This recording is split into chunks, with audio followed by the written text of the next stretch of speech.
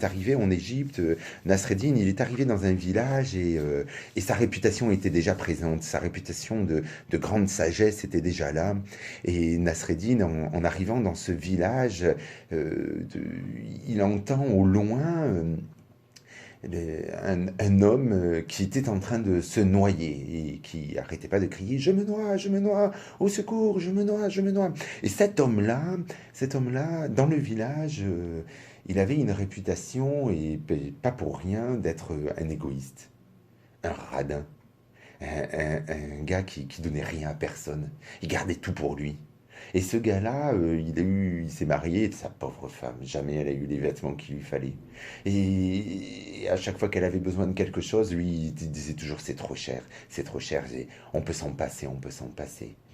Il a eu des enfants, les pauvres enfants, ils étaient toujours mal habillés, mal chaussés, c'était vraiment infernal sa vie. Et puis le temps a passé et cet homme-là, il a fini sa vie tout seul parce qu'évidemment les enfants sont partis, évidemment la femme elle est partie et l'homme, eh ben, il s'est retrouvé tout seul dans le village et ce jour-là, allez savoir pourquoi, dans le haut du village, il a décidé de prendre le passage à gué. Et l'eau était un peu tumultueuse cette fois-là, et il a été emporté par les eaux. Au secours, je me noie, je me noie. Et tous les habitants ont accouru parce que ce pauvre vieux, même si c'était pas un homme qui était très apprécié, quand même, il était en train de se noyer. Alors tout le monde lui tendait le bras, il lui disait donne-moi ta main, donne-moi ta main. Mais donner, lui, jamais il aurait pu donner quoi que ce soit à qui que ce soit. Il n'en était pas question.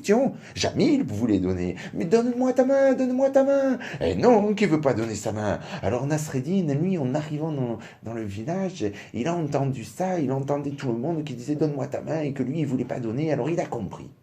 Il est allé au bas du village. Il est allé au niveau du pont et là, il a tendu sa main, mais au lieu de dire donne-moi ta main, lui, il a dit prends, prends ma main. Et prendre, ça, lui, il voulait bien. Et c'est ainsi que Nasreddin, en arrivant dans le village, sauva un homme. Égoïste, certes, mais ça, la réputation de Nasreddin, elle était déjà toute faite. Alors il s'est installé dans le village. Il s'est installé dans ce village-là. Il y avait tous les mois une réunion de personnalités importantes du village, les intellectuels, les savants, les érudits, les religieux, ceux qui avaient le pouvoir, les politiciens étaient là et tous se réunissaient une fois par mois et puis ils discutaient d'une chose et d'une autre.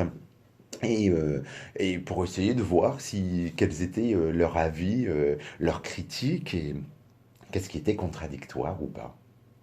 Et la discussion est arrivée sur qu'il y avait deux catégories d'hommes. À ça, tout le monde était d'accord. Effectivement, il y a deux catégories d'hommes, mais chacun allait de son discours de quelles étaient ces catégories. Alors il y en avait qui disaient, eh bien c'est simple, il y a les méchants et les gentils. Il y en avait d'autres, c'était un peu naïf, je l'avoue. Il y en a d'autres qui disaient qu'il y a les croyants et les non-croyants, les pratiquants et les non-pratiquants, il y a les hommes et les femmes, il y a bien deux catégories, il y a les riches et les pauvres, et comme ça, les uns et les autres avaient leur avis, et puis personne n'arrivait à tomber d'accord.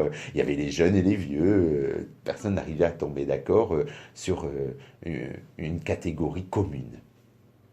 Alors, la réunion s'est finie ainsi. Ils sont sortis de la réunion et à ce moment-là, Nasreddin, toujours sur son âne, traversait tranquillement la rue, avançait tranquillement et les personnes en sortant de leur réunion ont salué Nasreddin et Nasreddin les a salués. Oh, alors, ça va? Et les hommes ont dit Nasreddin, Nasreddin, toi qui as toujours cette parole de sagesse, d'ailleurs, il faudrait qu'on t'invite maintenant à ces réunions, hein, mais toi qui as toujours ces paroles de sagesse, dis-nous, on était en train de se mettre d'accord comme quoi il y avait bien deux catégories d'hommes. Qu'est-ce que tu en penses? Ah oui, oui, oui, il y a bien deux catégories d'hommes, ça c'est sûr, ça c'est sûr. Et Nasreddin continue à avancer sans même s'arrêter alors que les personnalités les plus importantes du village étaient en train de le saluer et de lui parler. Lui, il continuait d'avancer sur son âne comme si c'était l'âne qui le guidait le chemin. Mais Nasreddin, Nasreddin, dis-nous, mais dis-nous, quelle est pour toi les deux catégories de personnes? Parce qu'on n'a pas réussi à se mettre d'accord. Ah, ben c'est simple, hein. Il y a ceux qui pensent qu'il y a deux catégories de personnes, Et il y a tous les autres qui n'ont pas besoin de penser à cela. Et c'est ainsi que cette histoire se finit.